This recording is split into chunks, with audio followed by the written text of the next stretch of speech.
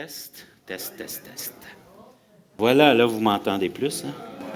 Ah, OK. Fait que donc, j'étais assistant pasteur. On était trois à travailler là-bas. Moi, j'aime beaucoup travailler en équipe. Il y en a qui aiment moins ça. Ça dépend de la personnalité. Mais moi, j'aime beaucoup l'effet d'équipe. Je trouve qu'on fait moins d'erreurs en équipe que tout seul. Ça, c'est un avis personnel. J'ai étudié en gestion, j'ai étudié en théologie aussi. Donc, j'ai fait mon bac à IBQ en 15 ans. J'ai pas le record. Je pense que quelqu'un l'a fait en 20 ans et plus. Donc, je prenais un cours à la fois à partir de l'âge de quoi, 23 ans à peu près. J'en ai 49. Aujourd'hui, j'ai deux adolescents qui suivent le Seigneur. Un qui est pianiste, il est rendu au cégep, il est prof de piano maintenant, et puis très doué. Ma fille aussi. Ma fille a fait de la musique, ils aiment le Seigneur, ils vont dans un petit groupe jeunesse à Repentigny. Puis c'est ça. Maintenant, je vais à Repentigny. Donc, c'est drôle. Pardon? Ouais, c'est compliqué. Je sais, pour les chrétiens, des fois, on trouve ça un peu compliqué, mais je les ai sur une fin de semaine sur deux. Donc, ils peuvent aller à l'église une fin de semaine sur deux. Euh, pardon? Oui, c'est ça, c'est ça. Non, non, mais mon fils, c'est un autre calibre. Moi, je joue de la guitare, moi, je gratte. Mais quand c'est la deuxième, troisième génération, quatrième génération, lui, mes enfants, c'est deuxième ou troisième génération. Ça fait des musiciens incroyables là, pour ceux qui ont grandi dans l'Église. Puis c'est les enfants là, écoutez, il n'y a pas de limite à la bénédiction de Dieu. Hein. Fait que donc, j'ai étudié en théologie, j'ai joué aussi de la musique. Je suis venu au Seigneur, j'avais 20 ans. Et puis, ça fait déjà 29 ans, 30 ans. Donc, tout simplement quelqu'un qui m'a invité à l'église. Vous allez dire, c'est simple, hein? Oui. Il y avait 3, 4 chrétiens à côté de ma case, puis c'est moi qui discutais parce que j'étais sociable. Puis la fille, elle m'a dit, on a une réunion de jeunes. Elle m'a rien dit. Une réunion de jeunes. Tu sais, puis si tu veux venir. Je dis, je me connais, donne-moi l'adresse, puis je verrai si j'y vais. Puis j'étais allé, je me suis converti. That's it, that's all. J'ai laissé ma drogue, mon alcool, la sexualité, puis j'ai suivi Jésus à partir de ce temps-là. C'est pas compliqué, hein, des fois, on dit. Évidemment, moi, j'étais un musicien, fait que j'ai vu un gros band de jeunes qui chantaient pour Jésus. Ça a fait un déclic. J'ai dit, eux autres, ils font pas ça juste pour le spectacle. Ils font ça pour quelque chose de différent.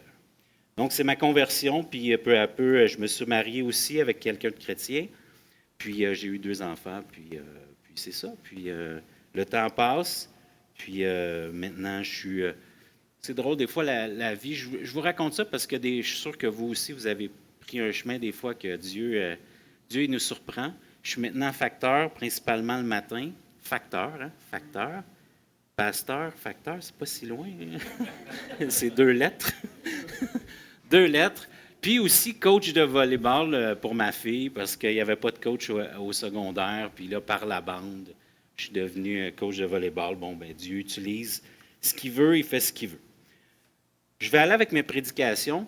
Puis si jamais, de toute façon, on pourra discuter pour se connaître. C'était juste une présentation pour dire à quoi je ressemblais, quel genre de vie j'ai eu. Puis à peu près ça pour que le lien de confiance, au moins, que vous compreniez ce que je dis. Donc, j'espère qu'aujourd'hui, je ne vous choquerai pas. Ce n'est pas mon but. Je priais cette semaine, je pense que c'est mardi que M. Riendeau m'a appelé, je crois. Puis, je priais cette semaine. D'habitude, Dieu, il me donne un message. Puis là, c'était comme, je ne sais pas trop, c'est quoi le message? C'est quoi le message? Un moment donné, je fais une sieste. Une sieste, hein? Dieu nous parle pendant les siestes, visiblement, à rien faire, hein? Moi qui est quand même actif, des fois, quand on fait rien, Dieu nous parle. Puis il m'a dit, prêche là-dessus. J'avais une idée, hein, quand même. Puis il m'a dit, voici ton sujet. Les temps changent.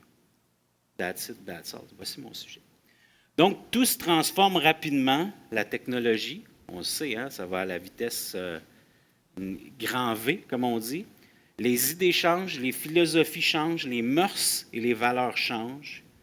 Et nous sommes aussi transformés physiquement, mentalement. Notre société change, notre ville change, votre ville change, la pollution augmente, la population augmente, etc.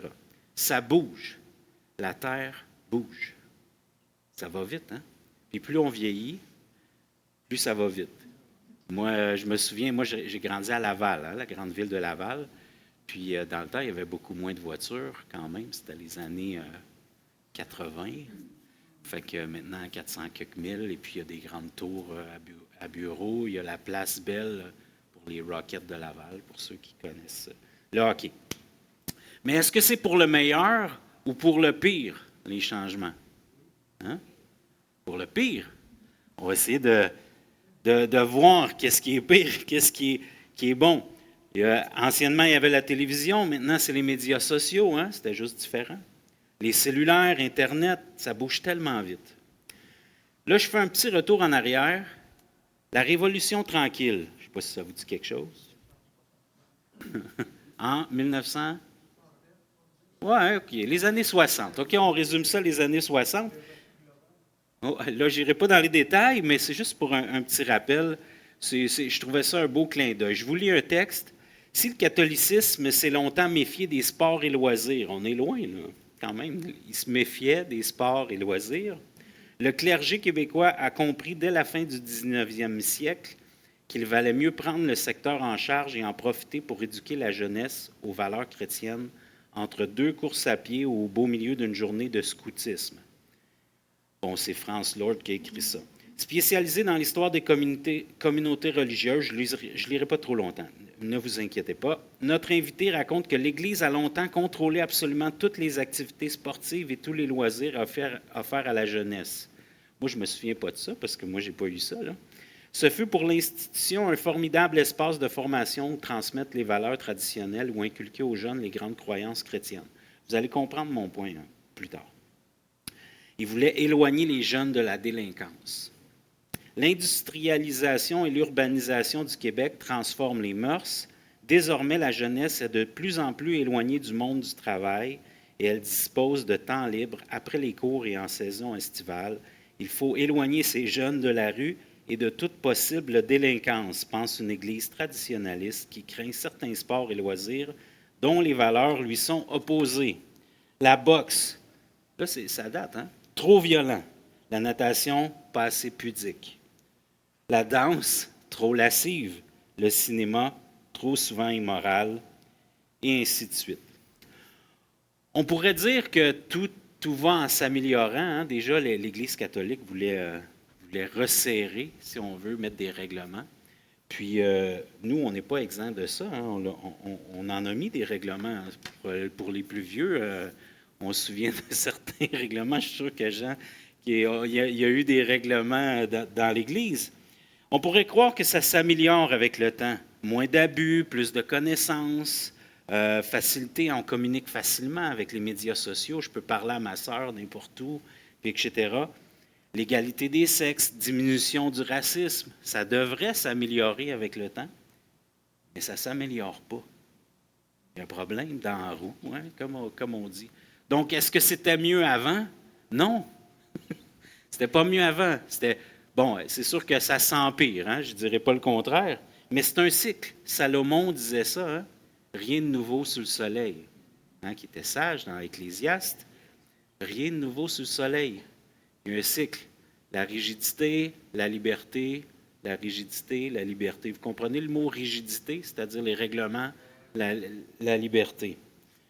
Donc, la technologie, les connaissances augmentent, l'intelligence artificielle, hein, parfois ça nous fait peur. Les tâches ménagères, est-ce qu'on reviendrait à... Moi, je n'ai pas connu ça, mais la machine à laver, j'en ai vu.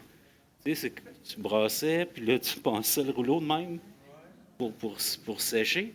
Est-ce que je reviendrais à ça?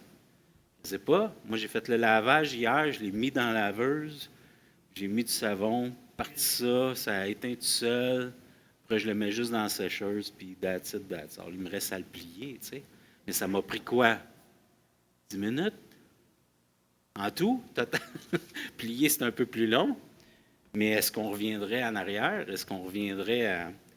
Moi, je ne pense pas. Il y a un chant qui dit, je sais qu'on ne peut pas l'avoir, mais je vais faire la référence. C'est un chant qui n'est pas nécessairement chrétien, c'est Mes aïeux.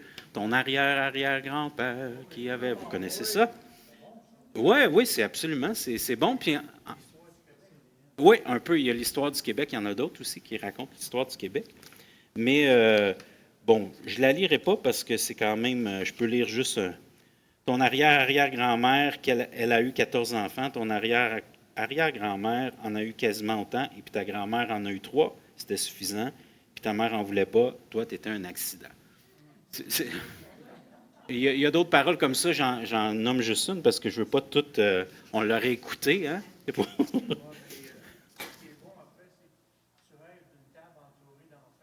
Tout à fait.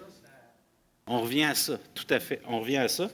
Puis je pense que l'immigration, eux, ils ont encore ces valeurs-là, mais les jeunes Québécois, ils reviennent à ça. Je vais en parler tantôt, mais les églises se remplissent au Québec. Je suis juste allé visiter, une église un samedi. C'est pas de Nouvelle Vie, mais Nova Vida. C'est des hispanophones. Juste le samedi. Mais quand on rentre là-dedans, ils nous parlent juste espagnol, mais il y a 500 personnes. Puis je connais le pasteur qui était là avant, qui est rendu avec l'Assemblée de Pentecôte du Canada. Il était en formation avec moi. Puis c'est la même chose. Il y a une autre église d'à peu près ça, hispanophone, au Québec. Je m'excuse, mais je n'ai jamais vu ça.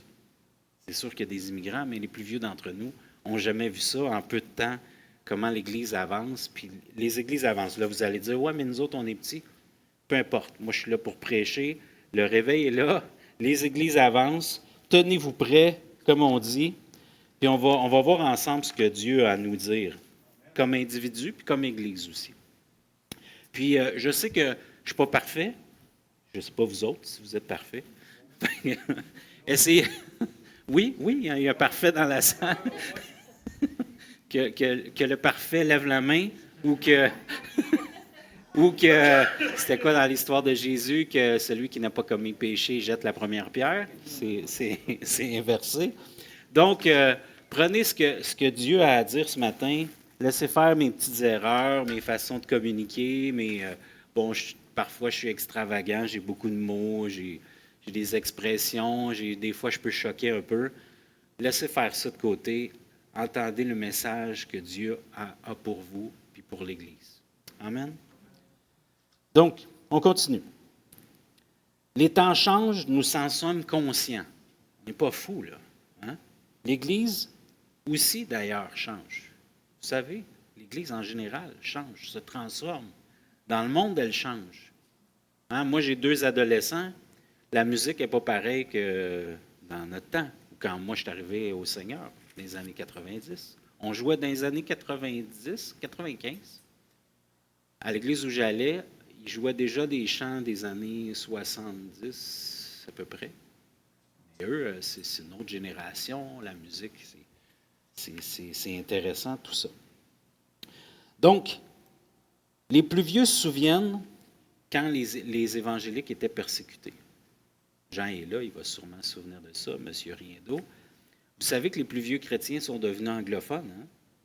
Ils étaient obligés d'aller à l'église, à l'école anglophone. Moi, je n'ai pas connu ça.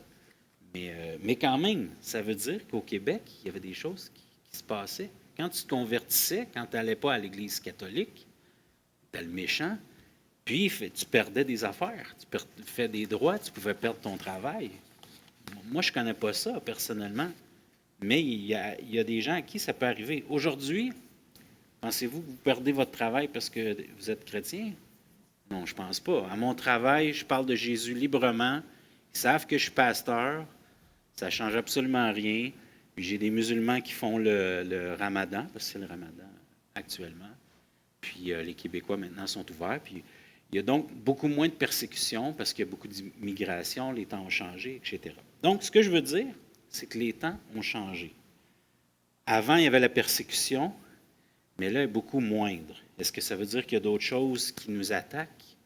Comme le pasteur disait, est-ce qu'il y a des tentations qui peuvent être fortes? Peut-être pas pour vous, mais pour les jeunes, c'est fort. Pour nous, la tentation est forte. Donc, si on fait un saut aujourd'hui, comme j'ai dit, les églises se remplissent, l'immigration croissante, diverses religions. Si vous n'étiez pas ouvert aux autres religions, oubliez ça. Là. Je m'excuse, je vais vous choquer, mais oubliez ça. Ça va changer, c'est en train de se faire. Versus les Québécois, des fois je témoigne à des Québécois, sont soit athées ou déçus de l'Église, fâchés. Ça ressemble à ça. Je ne sais pas vous, mais ça ressemble à ça. Aujourd'hui, les moyens sont différents pour l'évangélisation. Si on veut évangéliser, anciennement, on faisait quoi? J'ai un exemple, un vieil exemple. On passait des pamphlets. C'est un professeur à l'IBQ qui avait dit ça. Il y avait cette réflexion. On passait des pamphlets. Je ne sais pas s'il y en a qui l'ont fait il y a quelques années. Je ne dis pas que c'est mal, hein, au contraire. C'est bon. Mais pour la valeur, on parlait de l'imprimerie de Gutenberg. Lui, quand il passait des pamphlets, là, ça valait de l'or. Quand quelqu'un te donnait un pamphlet pour t'expliquer la Bible ou un sujet, ça valait beaucoup. Aujourd'hui, si je donne un pamphlet pour évangéliser, c'est un parallèle. Est-ce que ça vaut de l'or ou ça vaut 50 cents? Là, je ne juge pas, hein? Je dis juste. Puis là, à un moment donné, moi, je faisais des CD plus jeune. Puis là, je me suis dit, je vais donner mes CD. Fait que c'est arrivé que je donne des CD, mais pas au point d'évangéliser. Ce que je veux dire, c'est que les moyens peuvent changer. Ne perdez pas le sens, là. Je ne veux pas choquer personne avec les pamphlets, il faut continuer de le faire. On peut communiquer de différentes façons. Les moyens peuvent changer. Le message ne change pas. Jésus sauve encore. Jésus libère encore. De la même façon que tu as reçu Jésus, qui t'a libéré, que ça n'a pas été une religion imposée, c'est venu du cœur, mais la même chose peut arriver à d'autres. Donc le message demeure. Sommes-nous appelés à changer l'extérieur sans changer l'intérieur? Je l'aurais dit autrement. Sommes-nous appelés à changer l'apparence? L'apparence m'importe peu. C'est le cœur qu'il ne faut pas changer. Le cœur du message. Un autre point important, puis après je vais continuer sur une belle histoire à Varennes pour faire ça plus applicable à aujourd'hui. Dieu est-il en retard dans les moyens de communication? Dieu est-il en retard? Avec la musique, est-ce qu'il est en retard? Il est supposé être en avance. C'est Dieu. Ou en tout cas, pardon? Juste à temps. Ça, c'est bien dit. Dans le présent. Dans le présent. Vous savez, là, je vais vous choquer, c'est sûr, je le sais, mais ceux qui ont fait des études bibliques, vous allez comprendre. La loi, là, les 10 lois, les commandements, puis tout ça, là, vous savez qu'il y avait le code d'Hammurabi au même moment. Hein? Au même moment, pour ceux qui ont étudié. Là. C'est un peu étrange. Dieu, il copie des affaires sur les hommes, mais Dieu, ça ne le dérange pas. Dieu, il n'est pas stressé avec... Je vais utiliser les affaires des hommes, moi, puis je vais aller à leur vitesse. Non, je n'ai pas dit qu'il était vrai ou pas. Là. Je ne discute pas de ça. Le point, c'est juste que Dieu, il fait quelque chose de mieux, mais il va à notre vitesse. OK? Dieu veut à notre... Pourquoi que la loi est arrivée? Là, vous allez dire, oui, je comprends pourquoi la loi il voulait nous conduire à Jésus. Oui, mais pourquoi la loi est arrivée avant? Il allait à notre vitesse. Dieu va à notre vitesse, même plus vite. Donc, Dieu n'est pas en retard. Là, je vous reviens aux moyens de communication. Pourquoi qu'on utilise Internet? Parce que les moyens de communication sont utiles pour l'Évangile. Pourquoi on utilise la musique? Parce que les moyens de communication sont utiles pour l'Évangile. Savez-vous que la fin des temps arrive? Je ne suis pas le style à prêcher ça, ce n'est pas mon sujet principal, ce n'est pas ce que je pense. Mais la communication se rend partout. Partout, l'Évangile est prêché. Partout. Partout, ça se rend partout. C'est la fin, mais pour dire que les moyens, Dieu, il n'y a pas de problème avec les moyens qu'on utilise. Il faut juste que ça soit du cœur. Puis je vais clarifier après qu'est-ce qui n'est pas correct aussi, hein, parce que là, vous allez dire, hey, il y a des choses pas correctes. Je vais clarifier juste après. Je vous raconte une histoire que vous connaissez.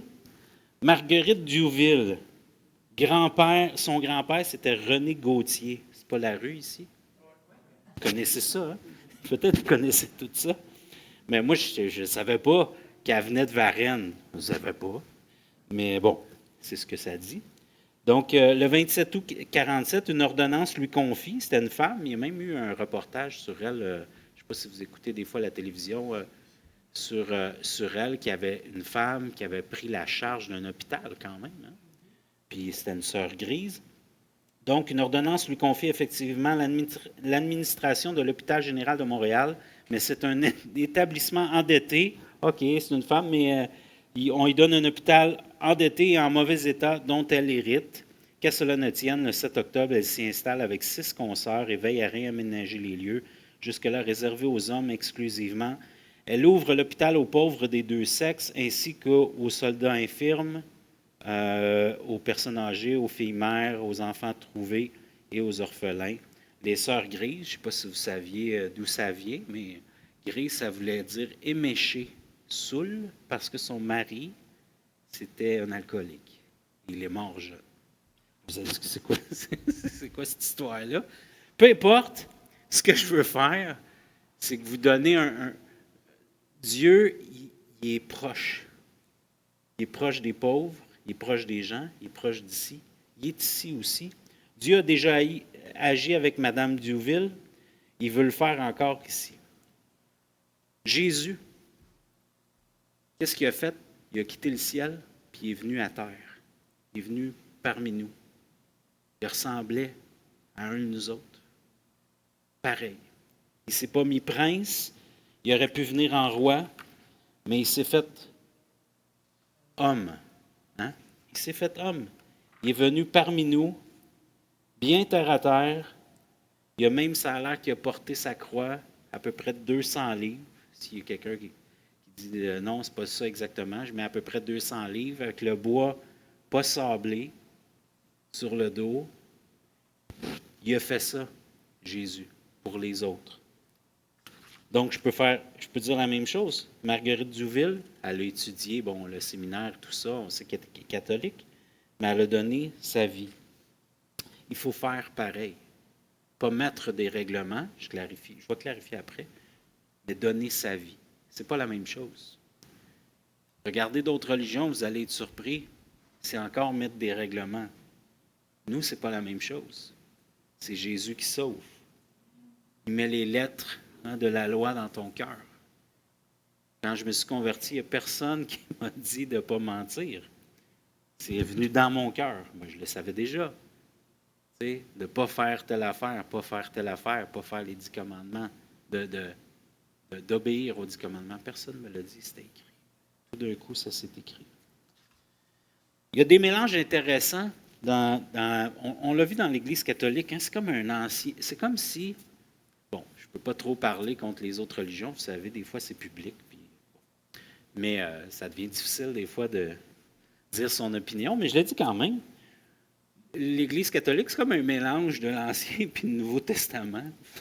Des fois, je me dis, ils ont brossé ça de même, puis là, ils ont gardé les prêtres, ils ont mis des règlements, pas de femmes pour les prêtres, puis prier les saints. Bon, ça, c'est même pas dans la Bible, mais ils ont tout mélangé. Les musulmans, c'est un peu ça aussi. Ils ont mélangé l'Ancien avec le Nouveau, avec autre chose. Je le simplifie, c'est pas ça exactement, mais il y a beaucoup de règlements. Ce que je veux dire, c'est qu'il y a beaucoup de règlements. Je fais le lien avec un film, je ne sais pas si vous l'avez vu, c'est Jésus Révolution, en anglais Jesus Revolution, puis en français La Révolution de Jésus. C'est les années 70 aux États-Unis. C'est au cinéma, c'était au cinéma, là ça ne l'est peut-être plus. Et c'est les années 70 où il y a le réveil, il y a le réveil aux États-Unis, puis les hippies se convertissent. Puis là, les hippies entrent dans l'Église. Bon, on va faire le parallèle. Mettons que vous seriez tous en cravate. Puis là, les hippies arrivent, les cheveux longs, un peu drogués. Puis là, ils arrivent. Oh, j'ai pas le droit, hein, ici. C'est ça. Ils arrivent ici, puis ils s'assoient par terre. Comme ça, puis entre vous, puis ils s'assoient. Puis dans le film, on le voit bien que les gens sont un peu mal à l'aise. Hein? Le monde vient dans l'Église. Hein? On connaît la pensée, on n'est pas fou. Puis, mais c'est intéressant dans le film parce qu'on voit que le protocole choque. Puis il y a un grand réveil, puis finalement, ça va se séparer un peu des églises, mais peu importe, le film est vraiment intéressant. On voit que les chrétiens sont ouverts aussi, on ne voit pas juste le mal, on voit vraiment que les chrétiens sont contents que les églises se remplissent, il y a des chapiteaux, puis tout ça. On voit même un pasteur, je ne sais pas si... Il y a beaucoup d'histoires vraies là-dedans, là, fait que c'est vraiment ce qui s'est passé. Il y a un pasteur qu'on voit qui est comme déchiré, les gens de son église. Ouais, hey, c'est quoi ça dans l'église? Puis de lui, ouais, il faut accepter des affaires, mais qu'est-ce qu'on refuse, qu'est-ce qu'on accepte? C'est juste un film intéressant. si un jour vous le voyez, vraiment, ça touche au cœur. Vous voyez vraiment qu'il y a des gens des années 70 c'était très différent. Puis, je suis sûr qu'il y a des gens entre vous. Est-ce qu'il y a des gens qui se sont convertis dans les années 70 par le lever de la main? Si vous n'êtes pas trop gênés, les années... Personne. Les années 60. Ah, OK, ça fait longtemps. Donc, après, sinon, c'est après, sinon avant, je ne sais pas trop. Des fois, ça peut être vos parents. Donc, moi, c'est en 95, donc c'était très différent. On va voir la Bible, hein, parce que là, vous allez dire, hey, Luc, il faut lire la Bible. Mais oui, oui, je la lis tous les jours, la Bible. Je l'ai lu plusieurs fois. On va lire Luc 15, 1. Puis, c'est un peu long, par exemple. Fait que ça vous va si je le résume? Je veux pas. Non, on va le lire. OK, lui, on va le lire. On le connaît bien, mais là, on va focusser sur l'autre, le chialeux. On va-tu l'appeler de même?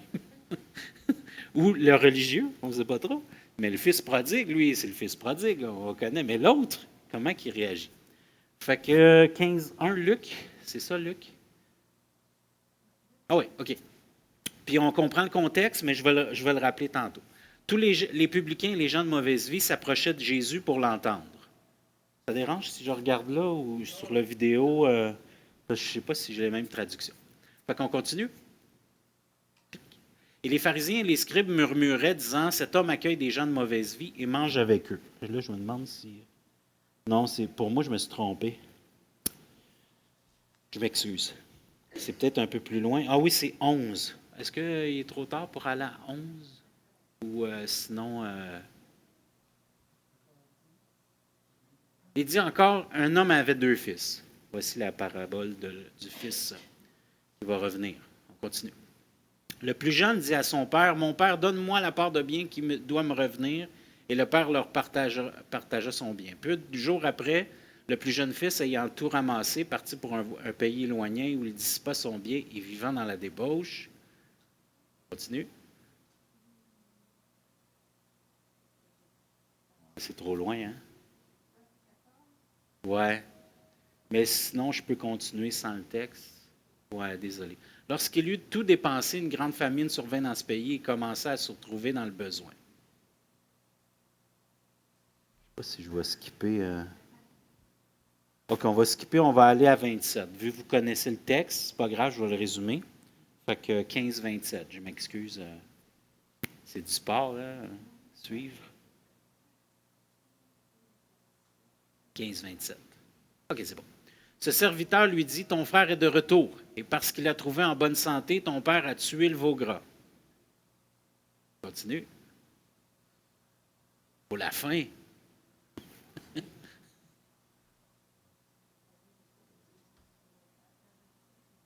On y arrive? Sinon, je vais le lire. C'est bon? Il se mit en colère. Il se mit en colère, quand même. On va faire une histoire intéressante où il y a du punch. Monsieur Riendo, c'est le père. Vous avez 3 fils, hein? Puis il y en a un, mettons que c'est Jean. Ça, c'est Jean.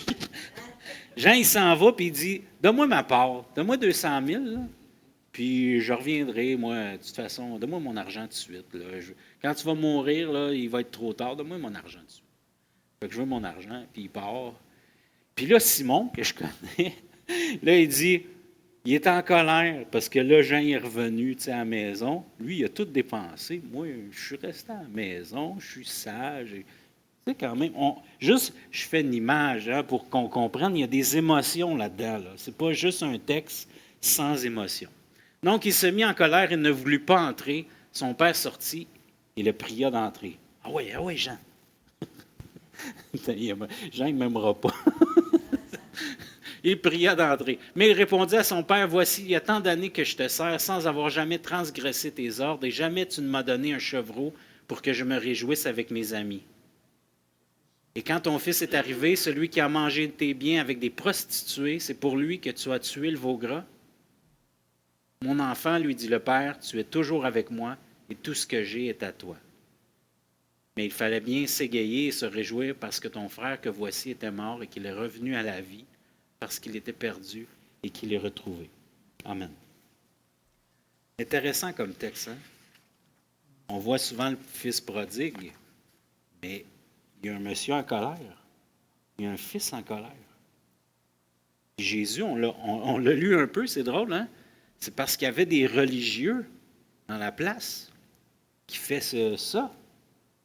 Puis lui, il guérit, il dit le royaume des cieux est proche. Il y a des gens qui ne sont pas nécessairement religieux, qui viennent à lui. Puis là, les religieux sont jaloux, sont en colère. Puis il fait ça. Qu'est-ce que Jésus veut dire? Il nous dit quelque chose. Il veut dire quoi? Donc, j'ai raconté un peu le contexte. Pourquoi rajouter des règlements? Pourquoi on fait ça? Ah, les enfants, on fait ça avec les enfants, c'est normal. C'est un pédagogue. Hein, c'est ce que la Bible dit. Hein, la loi était là comme un pédagogue pour arriver à maturité. Parce qu'à maturité, on est supposé pas avoir besoin de nos règlements. On est supposé de ne plus avoir besoin sur la route, ne pas rouler à 100 maximum, supposé. On a droit à 119, hein? C'est ça? 118? Ah, ça a changé. Ah, à 118. C'est ça. Tout ça pour dire, pourquoi on rajoute des règlements? Pourquoi dans l'histoire, on en a rajouté? On pourrait parler de l'Église catholique, on pourrait parler des musulmans. Pourquoi qu'en 600, ils ont décidé, bon, c'est pas juste ils ont, mais il y avait une religion prédominante, c'était le catholicisme, avec les saints puis tout ça. Fait qu'ils ont dit, ça n'a pas d'allure, nous autres, on ne priera pas tous les saints, on va revenir à un seul Dieu. Puis ils ont mis d'autres règlements. Pourquoi? Pour essayer de contenir, pour essayer de se faire un peuple. C'est rien de nouveau dans la Bible, c'est ça. Pourquoi que nous, les évangéliques, on a fait ça dans les années 80? Je vise à peu près les années 80. C'est pas important pour moi, ça peut être après, ça peut être avant. Comprenez le message. Pourquoi on a fait ça? Pour se protéger aussi. Parce que sinon, les persécutions étaient fortes au Québec. C'était pas facile, là. Moi, je suis juste dans 95, quand je me suis converti, c'était pas facile. Essayer de parler de Jésus dans ces années-là, c'était pas facile. On te jugeait, on disait, t'es fou, etc., etc., et j'en passe. Donc, des fois, c'est par mesure de protection. Est-ce que c'est bon pour autant? Est-ce que c'était bon pour ce temps-là? Peut-être. Mais aujourd'hui, est-ce qu'on a besoin de se protéger? De quoi avons-nous besoin de protéger l'Église? Bon, évidemment, des fausses doctrines, tout ça. Pardon? Des tomates. Excusez. Excusez. Excusez, je suis facile à rire, hein, fait que je la trouve bonne. Des tomates, c'est quand même pas si pire. On peut prendre les pépins puis le planter, puis ça fait un plan. Donc, pourquoi on invente des règlements? Pourquoi on en rajoute? Est-ce que c'est nouveau, ça? Est-ce que ça a changé? Est-ce que dans le temps de Jésus, il en rajoutait par hasard? On sait que les pharisiens étaient bons pour en rajouter, hein? Beurre et épais. Hein? Pourquoi Jésus, à un moment donné, il a dit « Jette ton œil, là, si tu regardes la femme d'une autre, là, tu sais? » C'est bien bizarre, cette affaire-là. Mais si on étudie les pharisiens, c'est qu'eux autres, ils disaient comme les Québécois, si tu regardes le menu, c'est correct, tant que tu ne trompes pas ta femme. Là, je le mets aujourd'hui. On le transpose dans le temps, les pharisiens. Tant que tu ne faisais pas les choses, tu n'étais pas coupable. Jésus, il change ça. Non, non, non, non. Le cœur compte. OK? Mais c'est juste pour dire que les règlements, ce n'est pas toujours bon. Évidemment, on a les 10 commandements, mais ça, on va parler un peu plus des règlements. Adam et Ève, combien qu'il y avait de règlements? Eux. Moi, j'en trouve peut-être 2. Remplissez la terre, ne pas toucher l'arbre de vie. Je n'en connais pas beaucoup d'autres. La connaissance du bien et du mal. J'en vois pas, peut-être qu'il y en a un autre, là, mais on fait un exercice ensemble. OK, 1, 2, peut-être que vous allez en trouver un troisième. Abraham, combien qu'il y a d'ordre de Dieu? Nous 2. La circoncision plus tard. Mais il y a part de ton pays. Hein? Sacrifie ton fils. Bon, c'est à peu près ça. Puis même sacrifie ton fils, c'est assez bizarre pour le temps. Hein?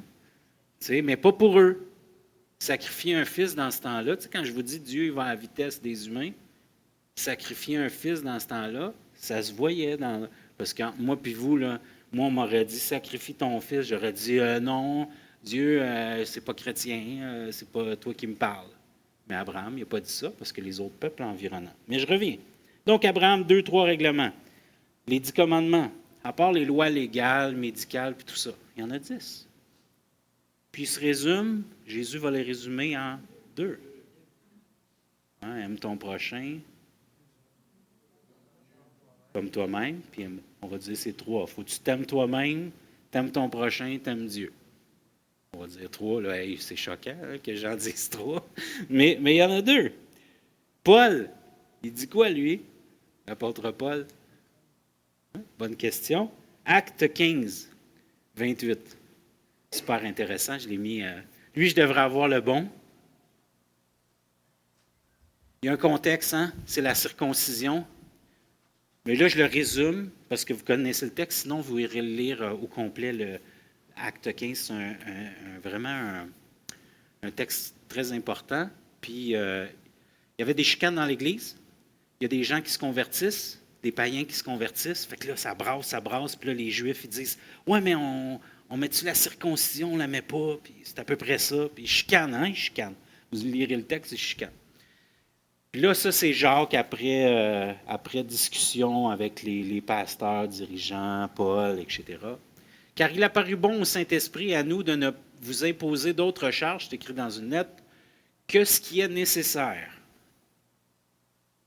Savoir de vous abstenir de viande sacrifiée aux idoles, du sang des animaux étouffés et de l'impudicité, choses contre lesquelles vous vous trouverez bien de tenir en garde à Dieu. » That's it. C'est un texto, c'est très simple, hein?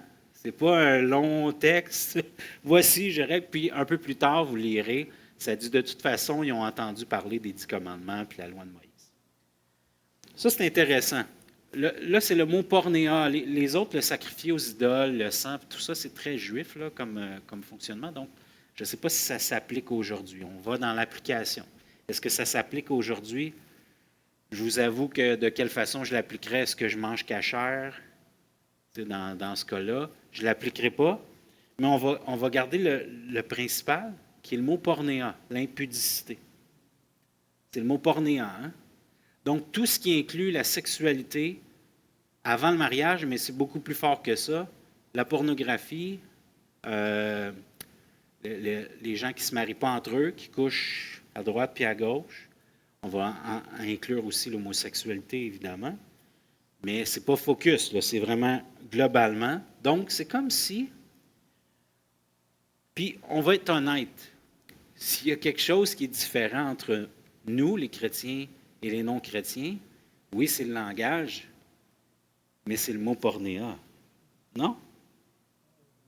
Ça, c'est différent.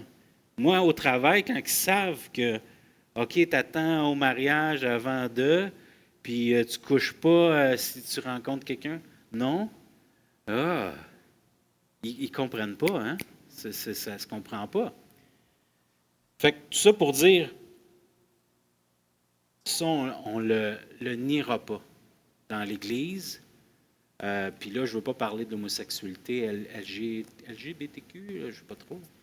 Puis même si vous allez à l'Église secondaire, moi, des fois, j'y vais pour mes ados. Puis il y a des affiches. Hey, conférence pour ça, conférence pour ça. Il n'y a pas de conférence pour Jésus, là, pour la théorie de l'évolution versus la création. Il n'y a plus ça. Mais il y a ce sujet-là. Moi, je ne veux pas parler de ça. Je veux parler globalement du mot pornéa. C'est un problème dans la société. Poser la question à ceux de 40 ans, c'est la même chose. Ceux de 15 ans, c'est la même chose. Ma fille m'a rapporté dans ils ont comme enseigné, ils ont dit les statistiques sur les jeunes de genre 14-15 ans qui ont couché. Puis je me souviens plus du pourcentage, mais c'était très, très, très, très élevé. Puis là, ma fille a dit, c'est quoi, ça veut dire que toute la classe, ou presque 75% des jeunes ont tous couché à 14-15 ans? Tu sais, c'est grave. Mais je veux juste vous rappeler que le gars, il ne veut pas tout enlever les règlements. Ce n'est pas ça qui m'intéresse, d'enlever les règlements. Mais juste rappeler que Jésus, c'était plus simple qu'on pensait. Il changeait le cœur. Il changeait nos vies. Il écrivait les 10 commandements dans nos cœurs. Il les écrit. Mens pas. Fais pas d'adultère. Prends pas la femme de ton prochain. Laisse faire les biens des autres. Laisse faire ça. Concentre-toi sur toi. Hein? C'est ça que ça dit. Je l'ai dit, je l'ai verbalisé. Hein? Bon, il y a le sabbat. Prends du repos. Prends un repos. Là, vous allez dire, ben moi, je suis peut-être à la retraite. OK, peut-être. Mais moi, ça s'applique. Prends du repos. Quand j'ai besoin d'une journée de repos, j'en ai besoin. Si vous êtes très actif, prenez une journée de repos. Aimez Dieu de tout votre cœur. Dieu l'a inscrit dans vos cœurs. Amen. Est-ce qu'il l'a inscrit dans votre cœur? De quelle façon on vous a pas converti, on vous a convaincu? C'est que Dieu a fait quelque chose dans votre cœur. Dieu a fait quelque chose dans votre cœur et il veut le faire pour la prochaine génération. Réfléchissons au règlement. Et on va faire une réflexion ouverte. J'ai essayé d'en trouver. Hein? Je ne suis pas le meilleur pour ça. J'ai trouvé alcool. Tu sais, dans le temps, c'était comme interdit. Il y a des religions qui c'était interdit. Je ne sais pas si dans l'Église évangélique, c'était interdit. Cigarette, par exemple, ça, c'était mal vu. Le cigare, ça, je ne sais pas. Parce qu'aux États-Unis, il y en a qui fumaient la pipe. C'était qui? C.S. Lewis, hein, qui, à un moment donné, il y a une photo, un livre, puis il y a une pipe. L'habillement. D'autres règlements que vous avez vus avec votre expérience, là, en avez-vous d'autres? Bon ou pas bon, hein? Comme je vais en dire un qui est bon, là. Le vol. Hein, on ne vole pas. Je vais en dire un autre, là. Parler mal, sacré. Fait que ça, c'est, tu sais, ça ne veut pas dire que c'est tout mauvais, là. Je veux dire, je ne sacre pas, je n'utilise pas des mauvais mots. Mais je peux très bien être bien gentil puis être méchant. Pas utiliser de sac puis être méchant. Tu sais, les mots, des fois. Donc, en avez-vous d'autres? Non, comme ça qui viennent. La télévision était interdite.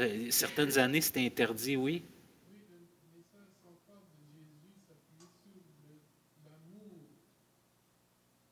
Tout à fait.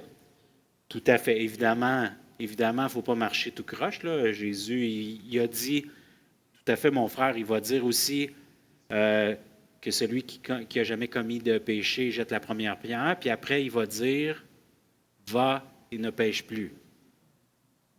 Mais fais-le. Change de comportement. Hein? Il faut changer de comportement. Donc, j'en ai-tu trouvé d'autres? Le remariage, c'était pas correct. Hein? Y en avait-tu d'autres?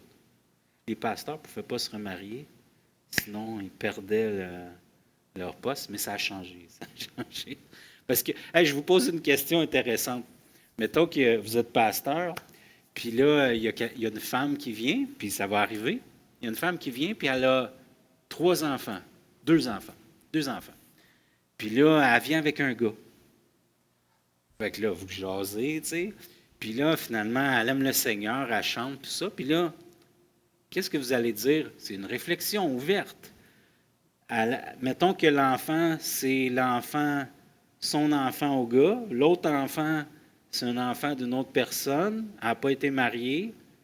Fait que là, avec qui qu'elle va se marier? Si elle me dit, je me sens mal, avec qui il faut que je me marie?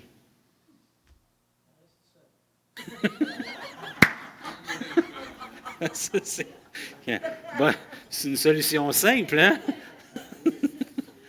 Mais bon, ça, c'est une des solutions. C'était juste pour vous dire que les problèmes d'aujourd'hui ne sont pas pareils. Hein? Dans le temps, quand on se convertissait, les couples, souvent, étaient déjà mariés.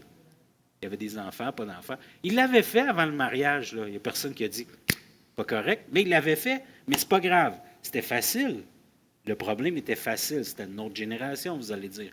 Mais là, les gens qui vont venir, ça ne sera pas la même chose. Vous savez qu'il y a beaucoup de célibataires aujourd'hui, beaucoup plus que hier. Fait qu'il y a des choses comme ça qui vont arriver, qui vont nous bousculer, qui vont dire, moi j'étais contre le divorce avant, complètement contre. Ça m'est arrivé, sans aller dans les détails. Ça m'est arrivé.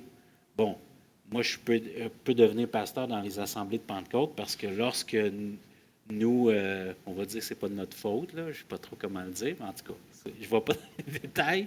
Mais bon, on peut quand même rester pasteur. Mais ça arrive aujourd'hui. Ça arrive. Comment on va gérer ça dans l'Église? Comment? Puis je ne parle pas juste au pasteur, je parle à nous tous, notre jugement sur l'autre.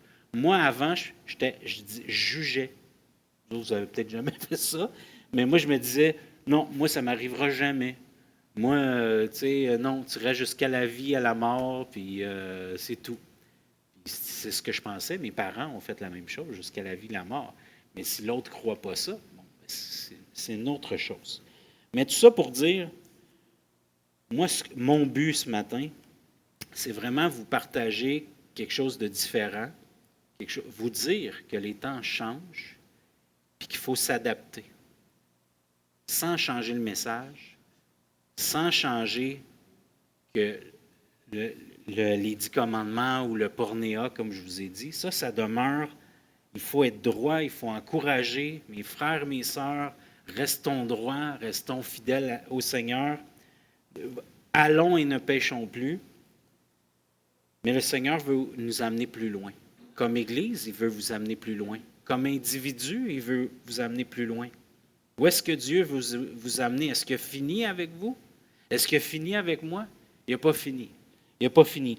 Puis le Seigneur me disait cette semaine, il dit, encourage-les aussi à tous ceux qui sont actifs dans l'Église, à tous ceux qui donnent du temps, continuez de le faire, parce que le Seigneur va faire avancer l'Église, le Seigneur va amener des gens, le Seigneur va changer les choses. Fait que vous faites votre part, vous allez voir, le Seigneur vient bientôt, puis il va changer les choses. Amen? Le croyez-vous? C'est dur des fois à croire. Hein? Des fois, je comprends. Parfois, Dieu attend que l'on change des choses avant que les gens viennent vers nous. Je vais répéter ça. Parfois, Dieu attend, que l'on change des choses avant que les gens viennent vers nous. C'est-à-dire qu'il faut s'adapter, préparer. Si Dieu vous emmenait 100 jeunes d'un coup, que feriez-vous? Mais peut-être qu'eux autres, ils ne veulent pas faire ça.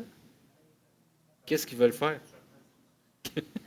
Non, mais si ça arrive, qu'est-ce qu'on fait? Comment qu'on gère ça?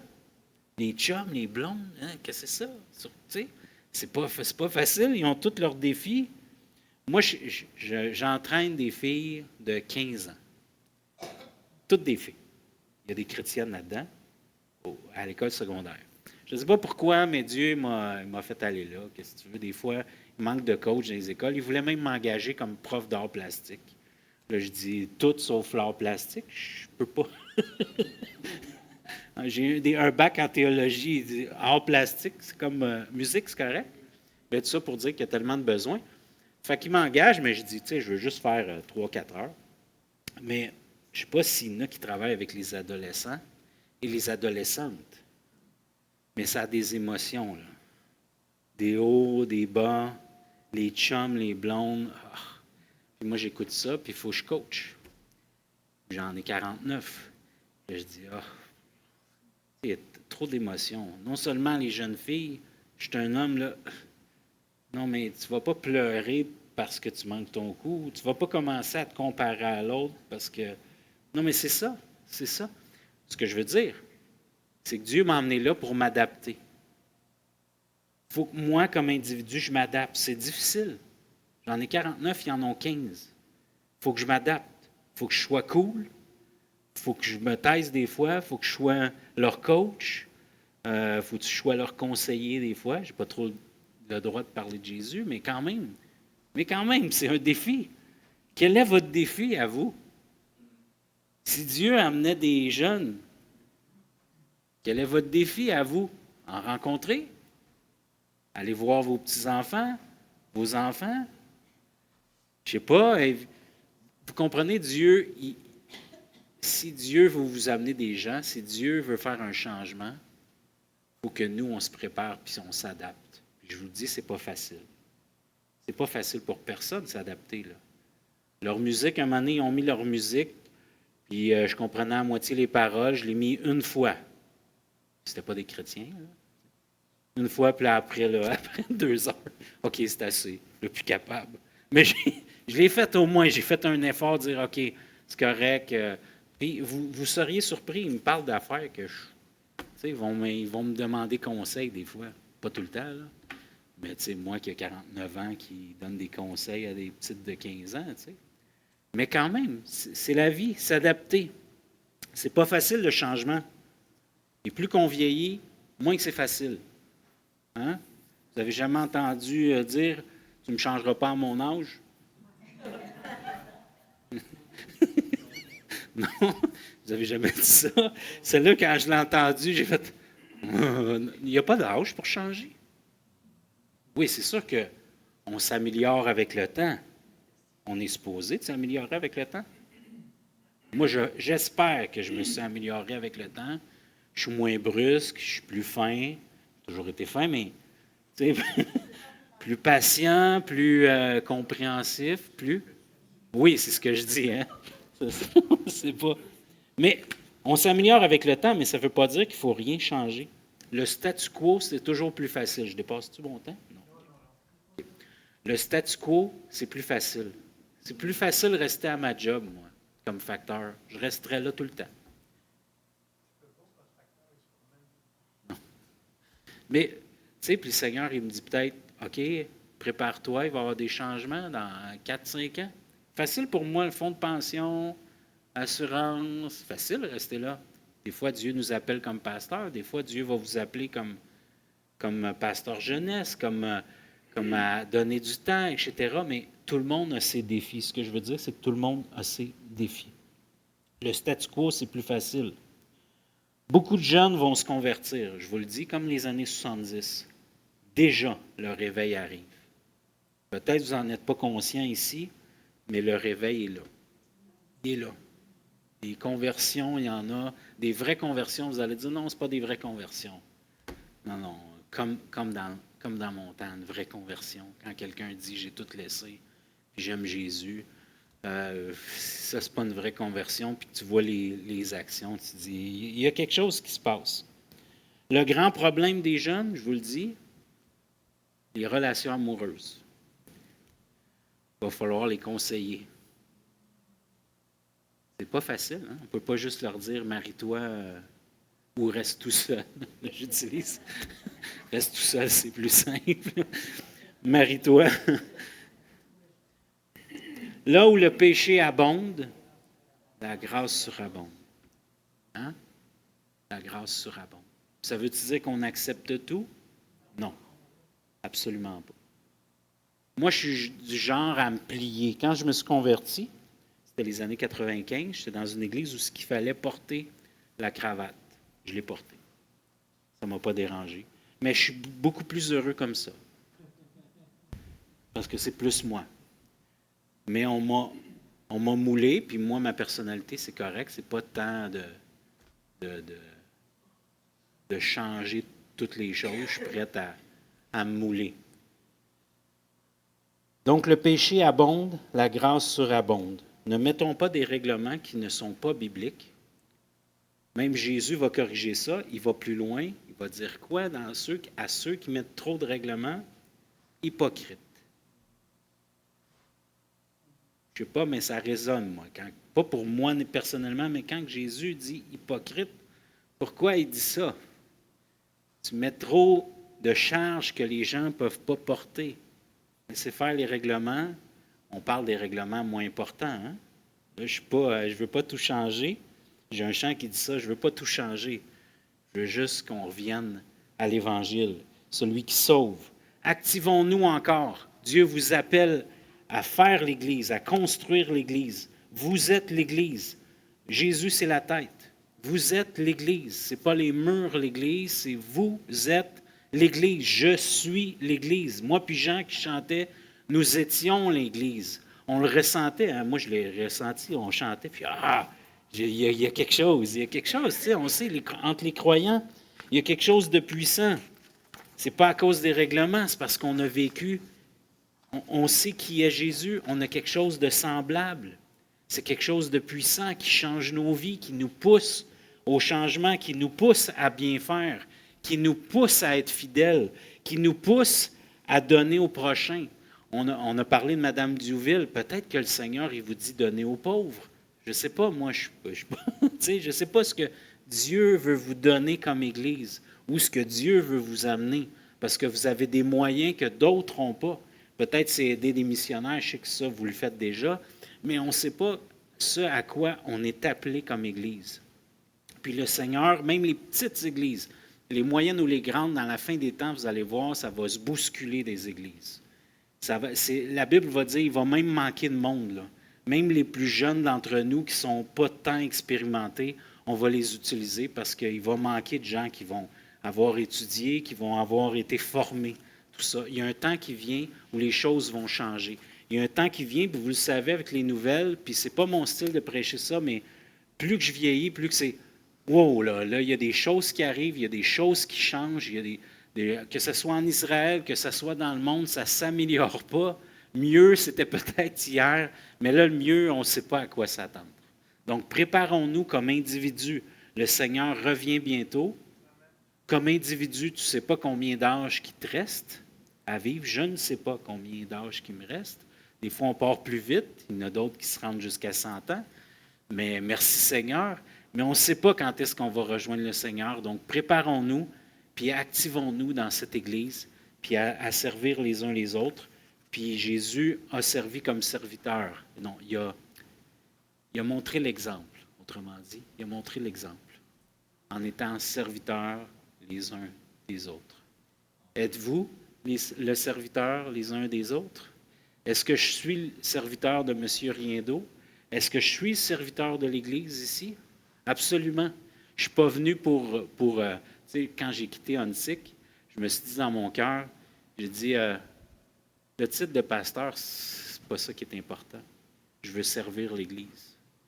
Les titres, on s'en fiche un peu, d'une certaine façon. Je respecte les gens dans le ministère, c'est ce que la Bible dit, respecte celui qui t'enseigne.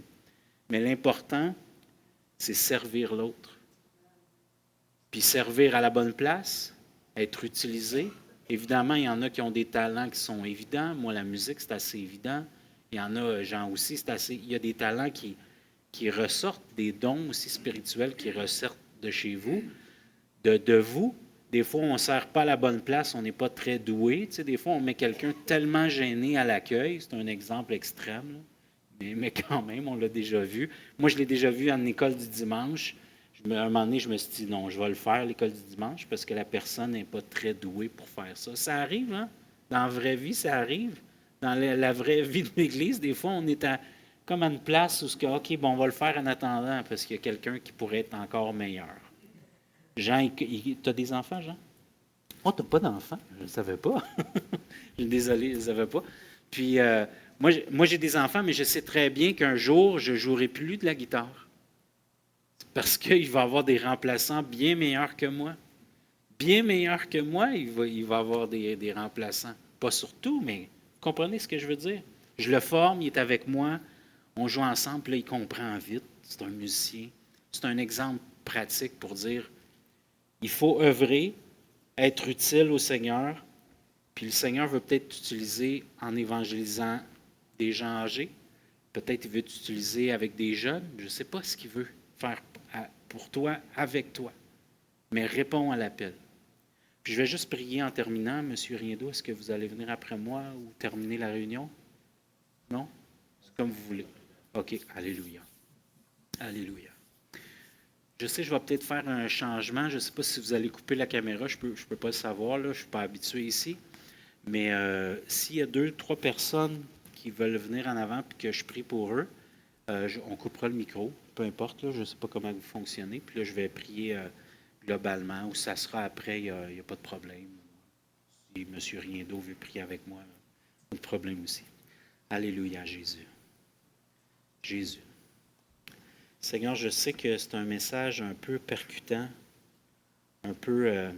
je marche sur des œufs, Seigneur, tu le sais, tu me connais, et je sais que ta parole dit de parler doucement, Seigneur, à ton peuple.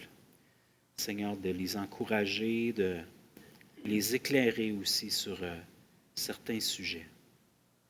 Seigneur, puisses-tu faire réfléchir ton Église, parler à ton Église, tout doucement cette semaine. Merci pour les gens en charge qui enseignent, le pasteur, les autres dirigeants, tous ceux qui font un petit quelque chose dans cette Église. Seigneur, je te prie pour la personne qui se sent seule aussi, peu importe ce qu'elle vit, mon Dieu. Tu connais les souffrances, tu as connu les souffrances. Beaucoup d'entre nous ont souffert. Seigneur, permets-nous de servir l'autre, de visiter l'autre. Jésus, je te prie pour les besoins spécifiques. Je te prie pour le futur de cette Église. Les futurs, surtout les futures personnes aussi qui vont venir. Je te prie contre les chicanes, Seigneur, qui peuvent arriver dans toutes sortes de projets, toutes sortes d'églises. Seigneur, merci d'être avec nous cette semaine. Comme la louange était bonne, Seigneur, nous voulons te louer en terminant, t'adorer, Seigneur. Alléluia, Jésus.